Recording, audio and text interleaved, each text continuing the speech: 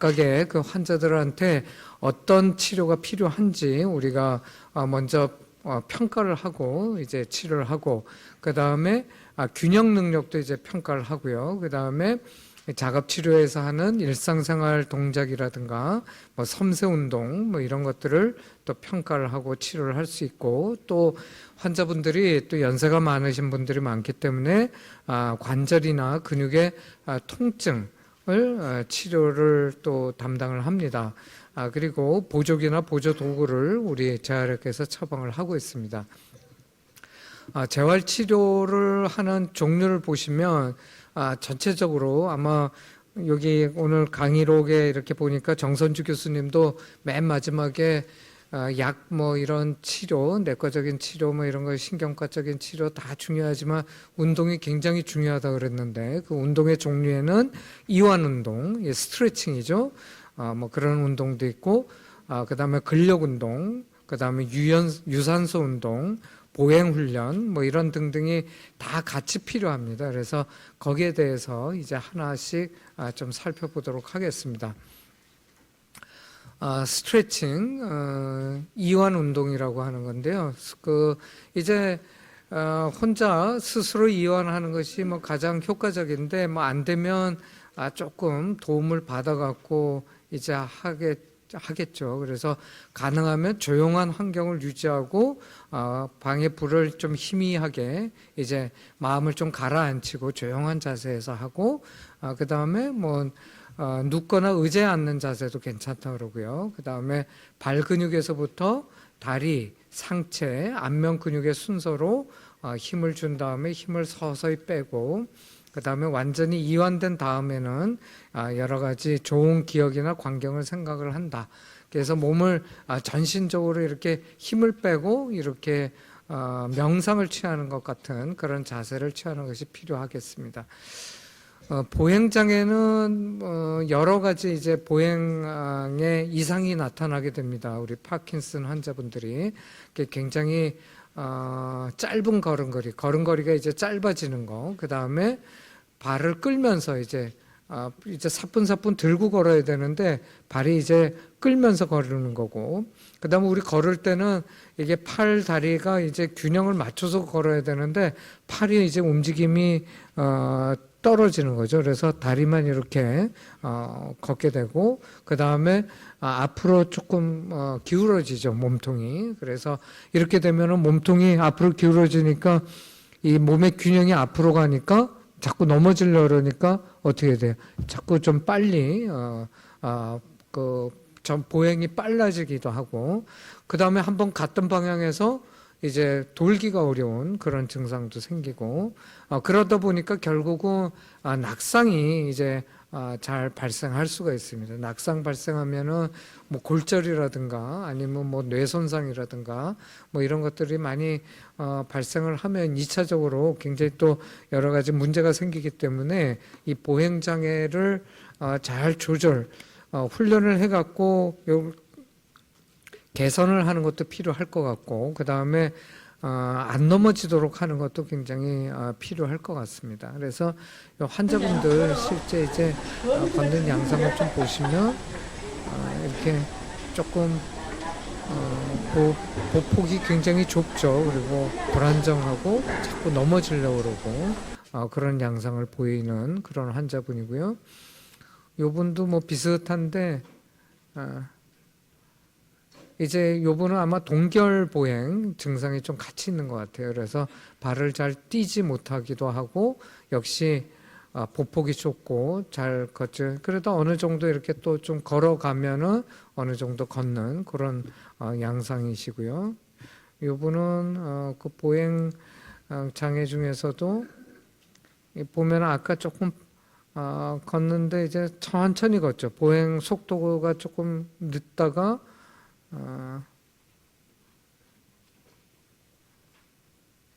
이제 조금 긴데, 약간 이분은 그 보행의 균형이 잘 안 맞기도 하고,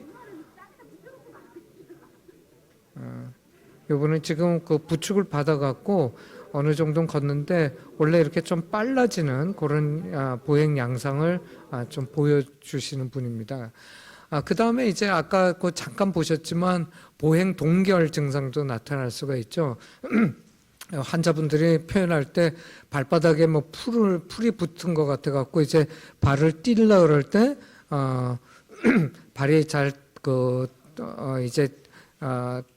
이제 떨어지지 않는 그런 양상이고요. 그 다음에 아까 그 전 슬라이드에서 잠깐 보셨지만 이런 코너 같은 거 이렇게 돌라 그럴 때 아니면 보행을 처음 시작할 때 어느 정도 이제 시작을 하면 괜찮은데 보행을 처음 시작할 때 그 다음에 갑자기 이 길이 좁아지거나 뭐 그렇게 되면은 또 이렇게 발자국이 좀 이제 안 떨어지고 그 다음에 어느 정도 이제 다 도달해 갖고 서야 될 때 그 서기 직전에 이제 보행 동결이 이제 일어나게 됩니다. 그래서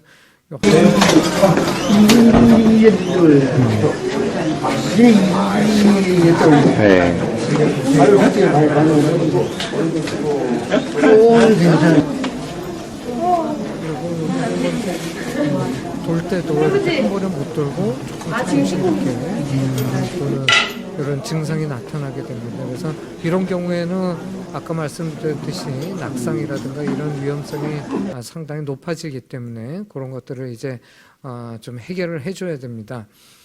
그래서 우리 이런 보행 장애가 나타났었을 때 재활치료는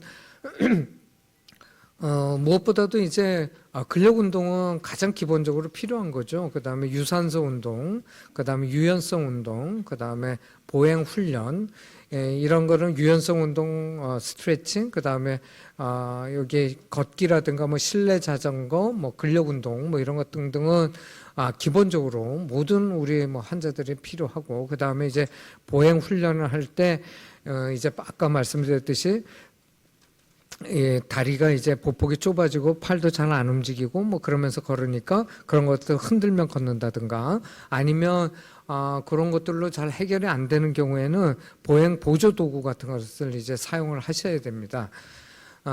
근력 운동은 뭐 어렸을 때부터 뭐 그 체육이 중요하잖아요. 근데 뭐 나이가 들어서도 마찬가지고 뭐 파킨슨 병이 있건 없건 간에 요새는 이제 근감소증이라 그래 갖고 근감소증이 이제 나이를 먹으면서 문제가 된다 그럽니다. 그래서 굉장히 근육도 아주 튼튼하고 그런 파킨슨 환자분하고 근육이 이제 별로 없어 갖고 많이 마른 환자들하고 이제 아무래도 예후가 차이가 날 겁니다. 그리고 전반적으로 근육 감소 속도도 빨라지고 그러기 때문에 근력 운동을 같이 좀 하셔야 되고 이건 뭐 아주 심한 상태에서는 하기는 어려울 테니까 이제 초기부터 이런 근력 운동은 서서히 같이 좀 진행을 하셔야 될 것 같고 초기부터 그렇게 되면은 하지 기능하고 보행 속도가 상당히 향상될 수가 있습니다. 그래서 우리가 나중에 이제 허벅지 두께를 이렇게 측정을 해서 보고한 논문이 있습니다. 그래서 허벅지가 아주 두꺼운 노인들이죠. 노인들이 오래 사는 그런 보고가 돼 있는데 그게 뭐냐면 결국은 얼마나 오래 걸을 수 있느냐 그게 제일 중요한 거죠. 그래서 자꾸 누워 있으면 이제 안 되죠. 여러 가지 합병증이 생깁니다. 폐렴도 생기고 욕창도 생기고 또 근력이 더 약해지고 그렇기 때문에 자꾸 근력을 강화해서 오래 걸을 수 있는 그런 상태를 만들어줘야 되고 그러기 위해서는 일주일에 2, 3일 뭐 할 수만 있다 그러면 뭐 한 3, 4일 정도까지도 괜찮고 그 다음에 뭐 여기 여러 가지 운동 기구들 뭐 헬스클럽에 있는 거 뭐 이런 것도 있고 뭐 집에서 하셔도 되고 아니면 요새는 뭐 고수부지라든가 이런 공원에도 이런 도구들이 조금 있긴 있을 텐데 그런 도구들을 이용을 해갖고 근력 운동을 좀 하셔야 됩니다. 처음에는 약한 강도로 하고 여러 번 반복을 하다가 나중에는 이제 강도를 좀 올려야 될 것 같고요. 그 다음에 큰 근육 여러 관절의 운동을 이제 같이 해주는 것이 필요하겠습니다. 여기는 뭐 이제 나이 드신 분들 외국에서 이제 사진을 따갖고 왔는데 앉아서도 이렇게 할 수가 있겠죠. 다리 들어 올리는 거. 그 다음에 이거는 스쿼팅인데 그냥 그 의자 같은 게 없이 도움을 없이 할 수도 있겠고, 아니면 조금 불안하면 이런 걸 붙잡고 이제 이렇게 약간 주저앉는 기마 자세 같은 걸 하는 거죠. 그러면 이런 허벅지하고 장단지 근육, 허리 근육 뭐 이런 걸 같이 할 수도 있겠고, 모래, 샌드백 같은 것을 다리에다가 매달고 앉아서 이렇게 하는 운동은 상당히 안전한 운동이라고 될 수 있겠고요. 그 다음에 여기 보시면은 고무줄 같은 걸 이용을 해갖고 이런 거는 팝니다. 이게 색깔별로 강도가 다 틀린데 그런 것들을 색깔별로 해갖고 할 수도 있겠고, 아령, 뭐 아령 같은 게 없으면 뭐 요새는 아령 뭐 얼마든지 구할 수 있는데 여기 통조림 같은 걸 이용을 해서 뭐 하라고 돼 있는데, 아령 같은 게 이렇게 잡기가 편하니까 좋을 것 같고, 뭐 이분은 가끔 이제 텔레비전에 그런 분들이 나오시더라고요. 아주 연세가 좀 있으신데도 헬스클럽이나 뭐 이런 데 굉장히 열심히 하셔갖고 하는 분들이 있는데, 하여튼 너무 무리는 하지 말되 이런 운동, 상지 운동, 상하지 운동 같이 하는 게 중요하고요. 그 다음에 유산소 운동 하루에 한 20분에서 30분 정도 한 3일에서 5일, 이게 일주일 내내 하기는 조금 어렵습니다. 근데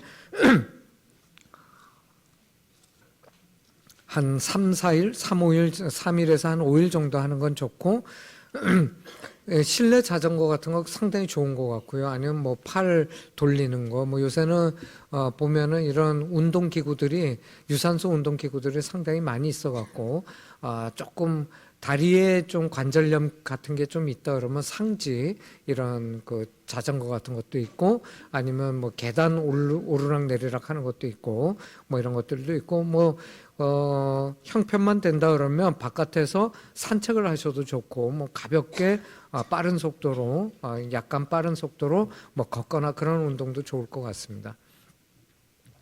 유연성 운동은 아까 이제 이완, 명상 뭐 이런 거랑 같이 이제 곁들여서 하시면 좋을 것 같아요. 그래서 아까 말씀드렸듯이 몸이 자꾸 앞으로 좀 구부러지는 그런 자세가 나타난다 그러지 않았습니까? 그리고 팔도 이렇게 하다 보면 이 전체적으로 몸의 관절 운동 범위가 줄어들게 되는 거예요. 그래서 특히 이제 척추, 그 다음에 몸통, 그 다음에 팔다리, 뭐 이런 쪽에 팔다리가 굳고 척추도 굳고 뭐 이렇게 되면은 이게 악순환이 되는 거죠. 그러면 조금 더 잘 못 걸게 되고, 또 넘어지면 또 누워 있어야 되고, 누워 있으면 더 팔다리 근육 빠지고 뭐 그렇게 되기 때문에 그런 것들을 이제 예방하기 위해서 유연성 스트레칭 운동을 계속 해줘야 되겠고, 이거를 뭐 스트레칭 한다고 해갖고 뭐 예를 들어서 이 다리 같은 거 운동을 하면서 이렇게 반동을 빨리 주시면 안 돼요. 이거는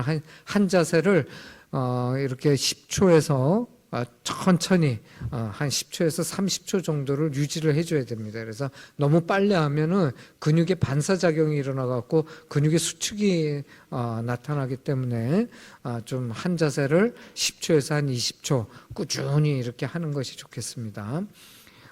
우리가 사실은 뭐 국민체조 우리 하는 것들이 또 골고루 목 운동부터 그 다음에 팔 어깨 운동, 그 다음에 몸통 운동, 그 다음에 허리 운동, 그 다음에 다리 무릎 운동, 발꿈치 운동, 그 다음에 어깨 뭐 이런 식으로 해서 모든 관절, 큰 관절, 그 다음에 뭐 손목하고 나중에 발목 이런 풀어주는 운동 같은 것들을 꾸준히 하시는 게 좋아요. 보면은 아침에 일어나시면서 이제 한 10분에서 한 20분 정도 이렇게 관절 운동, 이게 제일 기본적인 것 같습니다. 그 다음에 이제 근력 운동 뭐 이런 걸 하셔야 되겠고, 지금 말씀드린 거는 이제 집에서도 할 수 있는 그런 스트레칭, 그 다음에 근력 강화 운동, 이완 운동 뭐 이런 것들이 필요하겠고, 그 다음에 환자분들의 이제 상태에 따라 갖고 이제 보행 훈련 같은 것을 이제 하셔야 되는 거죠. 그래서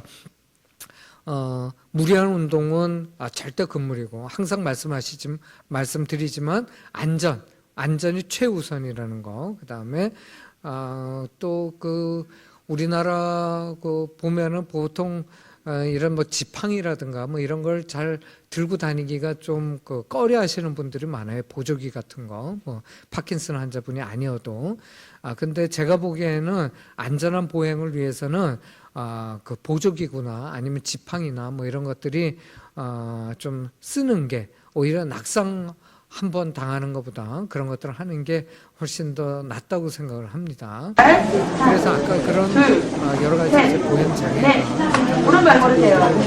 보면은 이 보행 장애는 보세요. 걸을 때 이제 팔을 잘 안 움직이고 앞으로 하나, 이제 둘, 이거를 셋, 같이 넷, 흔들면서 하나, 둘, 셋, 앞으로 하나, 자연스럽게 셋. 보폭도 좀 커지죠. 뭐 물론 이제 붙잡아주고 걸으니까 훨씬 더 이제 안정된 걸음을 걸을 수가 있겠고 이렇게 하면은 이제 나중에라도 이제 혼자서 걸을 때도 좀 그렇게 걸을 수가 있겠고요.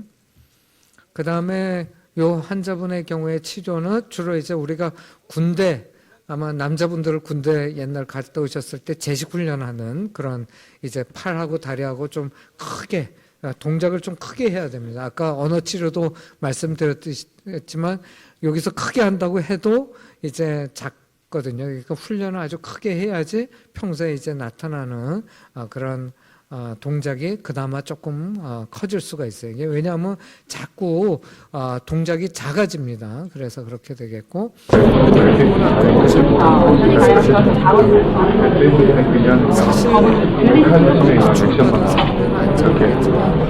제가 앞으로 가져가는 폴리 스타일했을 때 리플렉스를 막아주는 그런 메커니즘만 갖고는 이렇게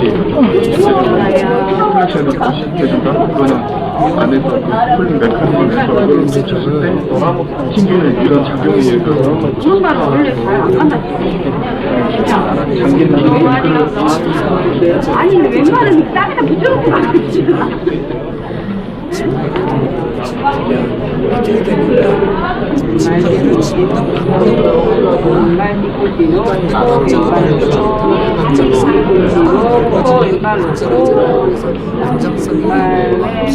왼발 조금만 더 가면 안 될까요? 오른발이 너무 많이 가시는 경향이 있는데. 요 환자분 같은 경우에는 이제 좀 몸통이 상당히 좌우로 이제 흔들거리는 그런 자세인데 그런 경우에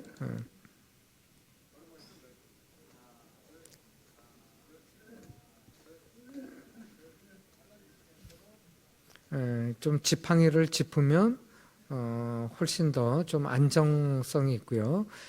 그 다음에 이제 지팡이 같은 거는 이제 발 하나짜리도 있고 발 4개짜리도 있고 그래도 그 면적이 넓어지면 넓어질수록 안전하다고 그랬잖아요. 그래서 더 안전하게 하려면 사실은 이런 보행기 워커라고 하는 거 이거는 이제 옆에서 붙잡아주지 않으면 상당히 이제 불안전한 그런 경우인데 그런 경우에는 우리가 이렇게 워커를 주면 여기 이제 앞에 바퀴가 있습니다. 그래서 바퀴가 있으면 조금 밀기가 좋은데 그 대신 바퀴가 확 하고 이제 좀 밀릴 위험성이 있기 때문에 그 어느 정도 조절할 수 있는 경우에는 바퀴를 달아드리고 아니면 바퀴가 없이 이렇게 들고 가는 그런 경우도 있습니다. 그래서 이 환자분인 경우에는 굉장히 좀 휘청휘청 그러는 환자분이어서 이런 경우에도 사실은 워커 같은 거 근데 워커는 이제 이런 실내에서는 가능하지만 실외에서는 좀 그런 게 하기가 어렵기 때문에 그런 그 제한점은 있습니다. 이 환자분 같은 경우에는 아까 그런 그 보행기보다 조금 더 높은 보행기 팔을 조금 더 이렇게 올리면 하지 말고 앞에 보시고 거기 불 보세요. 불 하나 둘 이제 또 오른쪽 그렇죠. 여기서 유지 뭐 여러 가지 유지하세요. 여기서 얼음 병원에 있는 거는 기구를 이용해서 그렇죠. 다시 너무 획 가지 마세요. 천천히 가세요. 그 천천히. 앞에 이제 골반 천천히. 무릎 구부리지 마시고. 게임 같은 거 뭐 이런 것도 할 수가 있고 치료사의 이제 지시에 따라 갖고 어디로 이렇게 하면은 자기가 얼마만큼 균형을 잘 잡고 섰는지 뭐 이런 것들을 할 수가 있습니다. 최근 들어서는 이제 로봇을 이용한 그런 훈련 방법이 상당히 많이 나오고 있어갖고 이거는 뭐 로봇 종류도 여러 개가 있습니다.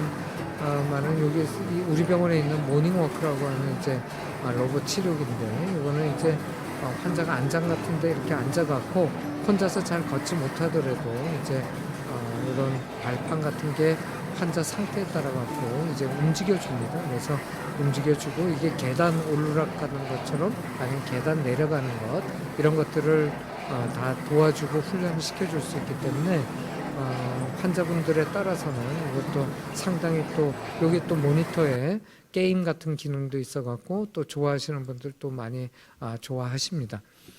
그 다음에 언어 및 연화장애, 이제 아까 권미성 교수님께서 말씀을 하셨기 때문에 언어장애 뭐 여러 가지 말씀하셨죠. 점점 작아지고 둔해지고 그 다음 얼굴 표정이 없어지고 그래서 뭐 여러 가지 재활치료를 한다. 그 다음에 연화장애도 이제 그 환자분들 뭐 초기에는 잘 안 나타납니다만 나중에 이제 점점 더 진행이 되면 여러 가지 문제 생기는데 특히 이제 문제는 폐렴 같은 게 생기면 상당히 치명적이 될 수가 있겠고 요건 아까 뭐 잠깐 보셨던 뭐 내용이긴 한데 기도로 이제 흡인이 되는 겁니다. 음식물.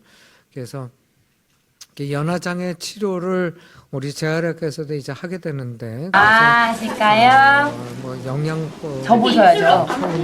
절 보셔야죠. 선생님 이정선이 저 보세요. 네. 정면으로 숙이세요. 실제로 이제 여러 뭐 이런 그 창, 막대기 같은 거 이용을 해갖고 이제 자극을 주기도 하고 뭐 실제로 이제 음식물 같은 거를 환자한테 드림으로 해갖고 그거를 자꾸 반복해서 이제 훈련을 하고 이게 뭐 사례가 되는 경우 거기에 손은 그렇게 나는 전기 자극 치료 길게 더 시작. 쭉 다시 정면 전기 넣어드릴게요. 그다음에 이제 그 환자분들이 아무래도 그 파킨슨 환자분들이 연세가 좀 있고 그렇기 때문에 이제 퇴행성 변화도 많이 오죠. 그리고 통증 같은 게 뭐 척추라든가 팔다리에 특히 뭐 이제 무릎이라든가 허리 뭐 이런 쪽에 통증을 호소하시는 분들이 많아서 그런 통증에 대한 우리가 치료를 할 수 있습니다. 그래서 뭐 급성 통증이 있을 수 있겠고 아주 만성 통증이 있는데 급성 통증은 그걸 좀 제거를 해줘야 되는데 만성 통증인 경우에는 뭐 3개월, 6개월 이상 된 경우에는 그걸 완전히 제거는 못 하고요. 그런 경우에는 이제 조금 완화시킬 수 있는 방법으로 이제 갑니다. 그래서 우리 재활학과의 물리치료, 뭐 마취과에서 주사치료 뭐 등등을 하죠. 그래서 약물치료, 여러분들 잘 알고 계시는 소염 진통제, 뭐 근이완제, 뭐 이런 것들 쓰고, 그 다음에 아주 좀 심해서 우울증 같은 게 좀 동반되어 있는 경우에는 항우울제 같은 걸 같이 써야 되는 경우도 있습니다. 우리 재활의학과에서는 이제 물리치료 같은 걸 하죠. 그래서 온열치료, 이런 찜질, 아니면 전기치료 뭐 이런 것들을 합니다. 그래서 이런 것들을 하면은 아마 물리치료, 열전기 치료 같은 거 받아보시면 굉장히 잠도 잘 오고 처음에 그 다음에 아주 좋죠. 그런데 또 이게 또 하다 보면 또 효과가 좀 없어지고 그러기 때문에 좀 아껴서 이렇게 써야 되고 물리치료 같은 것도 하고 약물치료 그 다음에 뭐 여기에 다 설명드리지는 않았지만 뭐 주사치료 뭐 이런 것들도 같이 할 수가 있겠습니다. 그래서 말씀을 드린 대로 재활 여러 가지 이제 증상들이 나타나는데 그 중에서 보행 치료가 좀 어떻게 하느냐 뭐 이런 것들 말씀드렸고 그다음 언어 치료, 연화 치료는 아까 말씀드린 내용에 간단하게 설명을 드렸고 그렇지만 무엇보다도 평소에 집에서 이걸 뭐 꼭 입원해서 하는 것보다는 집에서 아주 규칙적으로 스트레칭이라든가 그다음에 이완 그런 그런 운동, 그다음에 근력 운동, 그다음에 유산소 운동 등등을 같이 하시면서 하면 약물 치료하고 이렇게 해서 아주 좋은 기능 상태로 아마 잘 유지가 되지 않을까 이렇게 생각을 합니다. 네, 감사합니다.